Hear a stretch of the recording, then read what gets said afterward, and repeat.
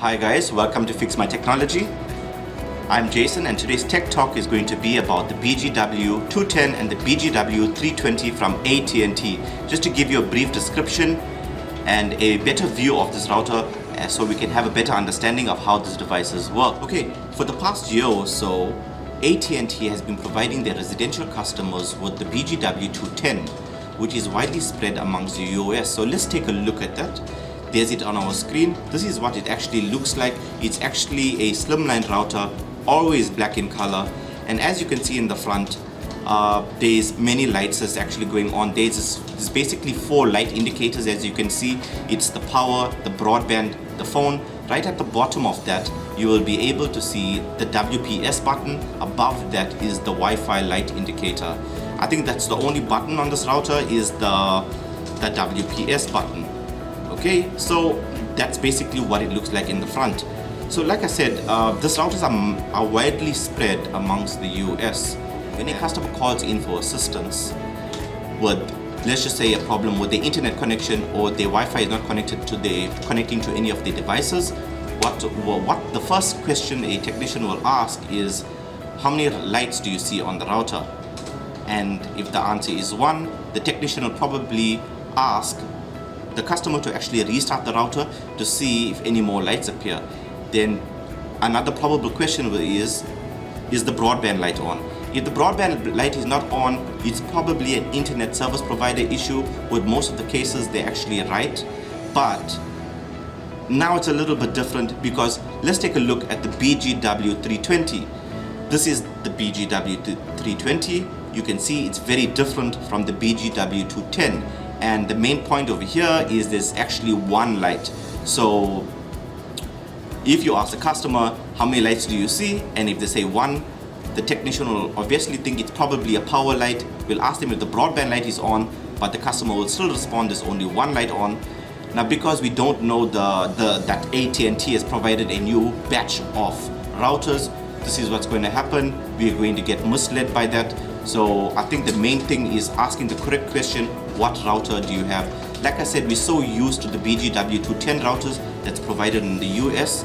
It's understandable. We all know that most of all customers has the BGW210. It has the broadband light indicator there. So when you ask the question, is the light on? It's either yes or no. And if it's no, it's basically an ISP issue. But looking at this new router, we can see there's only 1 light there. And so there is no broadband lights, so we mustn't get mistaken by that.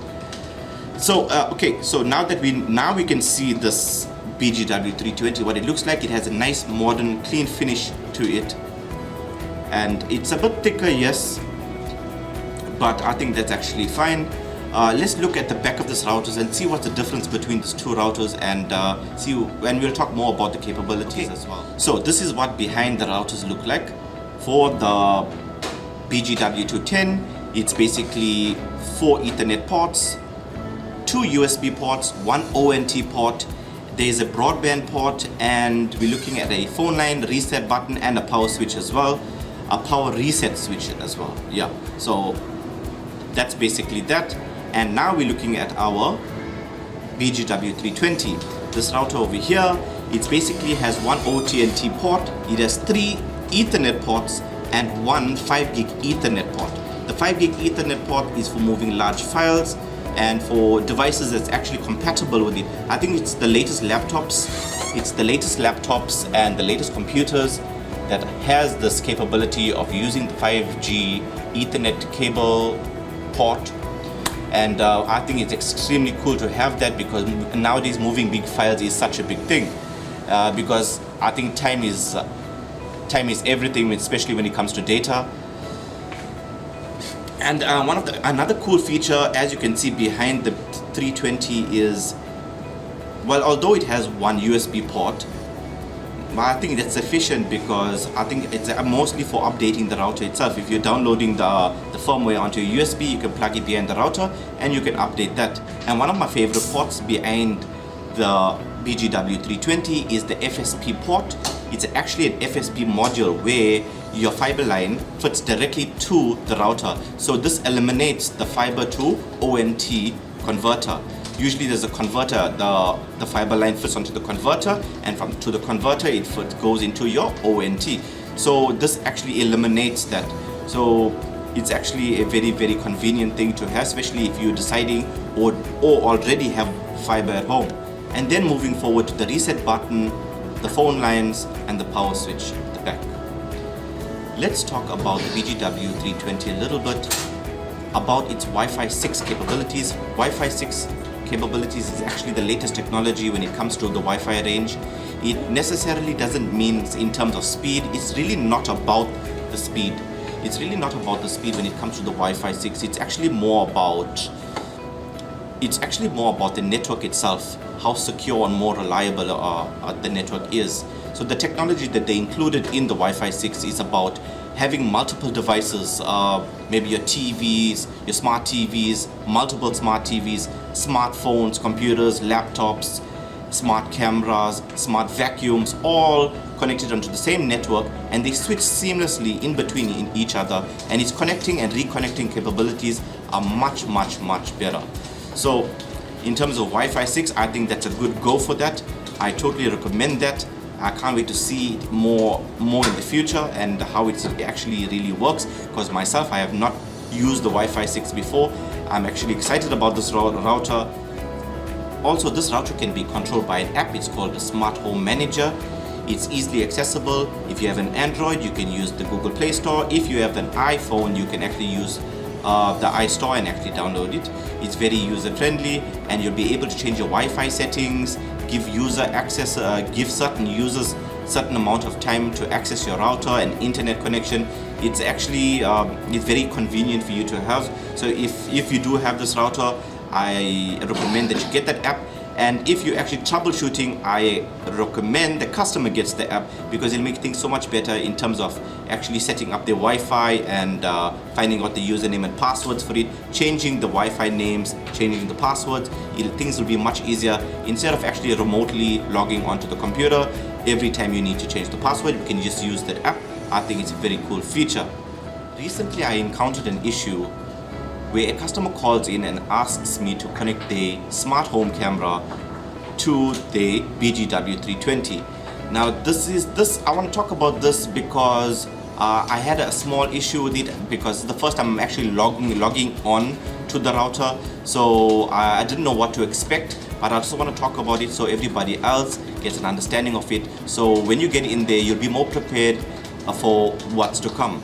So yeah, so anyway, when I try to log on to that router, the normal BGW210 will ask you for the username and password for that router, which is found on the router, which is admin. But when it comes to the BGW320, it doesn't ask you for username and password, it's asking you for an access code. This access code can only be found on the router itself. It's behind the router, like so. Yeah, so that's where you find the access code. And when you do, when you get in there, basically I was trying to get into the router because most of the smart devices are still on the 2.4G network.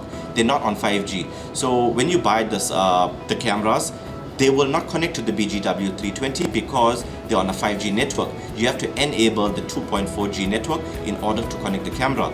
So basically you have to go get in there and enable the 2.4G network. And another thing is that I've come across, that sometimes could be an issue, is the SSID name and the password is the same, the 2.4G and the 5G, because I think the aim is that the router needs to switch seamlessly between devices. So I think that's why the 2.4G network SSID name and the 5G name is actually the same, and the password is actually the same. So whether it's connecting to a 2.4G network or a 5G network, it'll switch seamlessly between those two networks on that device. However, some of the smart home cameras won't still connect to this network, although they are merged. 2.4 and 5G, they are merged with the same username and password, and they will switch seamlessly, but it still won't connect to these cameras. The only solution to this problem is actually logging onto the router and not disabling any of the bands. We can keep both the 5G and the 2.4G, but you have to actually change the SSID names. So when you're searching for your networks, you'll find two network names. One is your 2.4G and one is your 5G. So when you're connecting the smart home cameras, make sure to select the 2.4G network and they will work 100% every time you do it. Another problem I encountered was this BGW210 router with a Roku TV. Now, I was troubleshooting this Roku TV and I did the basic stuff. So basically I tried to connect it to the Wi-Fi network. Every time I entered the password, it came up incorrect. I entered the password, incorrect. I resetted the network, went back, found the SSID, entered the password, still incorrect. I restarted the TV, incorrect. I set the TV back to its factory default state, like we just purchased it from the shop. I found the network, I inserted the password, and the password still comes up incorrect. But the password has been tested on other devices at the customer's house and the password is working fine. It's confirmed the password is correct, but on the TV it just won't accept it. Now, I know many of us has come to this problem and we jump to firmware. It could be a firmware issue. This is why it's not reconnecting to the network, because it's out of date software. We need to update the TV. It is definitely not that. It is not that. What we need to do is actually change the IP address on the BGW210 router. You can either change the IP address on the BGW210 or you can reset this whole BGW210 router, so it'll clear its cache memory. So what's actually happening? Why is it always doing that only for this one device? I mean, it's connecting to all the smart home products you at home. It's connecting to your cameras, your cell phones, your laptops, your computers, your other TVs, but just not this TV over here. It's because it has an error in its cache memory. There's a cache memory for each device in your home. So if there's a cache memory for your cell phone, there's a cache memory for your laptop, there's a cache memory for your computer, and there's a cache memory specifically for that Roku TV. Now, every time you're trying to connect, it won't accept this password until you clear that cache or just change the IP address. You can choose one of them, which one works best for you. Basically, you're going to log in. Like I said, you can use the access code. There's no username and password. So you use the access code, you're going to get in there, you're going to clear the cache, the whole entire cache, because you're not going to, they don't give you an option to select a different cache. There's only one cache, and in that cache there are many other caches. So you're going to clear the whole cache memory and it's going to basically reset your whole network. New IP addresses will be distributed to all your new devices. They all need to reconnect, but this is the only way this TV is going to connect to this network if it comes across the same problem. I thought I would bring that up today because many of us and myself, I've come across this problem so many times where I got this Roku TV and I'm not sure why and what's actually going on. Why doesn't it want to connect? I mean, all the other devices are connected. But after a few questions and answers and research and actually going through things, and I did a few tests, I've seen this is the only way it's going to work. I've tested it. It's working multiple times on multiple TVs. I'm not sure about other brands like Samsung, LG, and Sony and stuff like that. But I think if you ever come to an issue where it really doesn't want to connect, and the last resort, just clear the cache on it. You'll see everything seems to work out. Everything's going to be perfect on that. In terms of firmware, there are no difference between the both routers. So you can easily log in and change your Wi-Fi settings, change your username, change your password, assign IP addresses. The only difference is the logging in part. Like I said, it's the access code. That's the only difference. Once you log in, you will see the 320 looks identically to the 210. So you're not going to have any problems reconfiguring your router when it's time to do that. Anyway, thank you guys for watching. I hope you enjoyed this video. Let me know if you have any questions.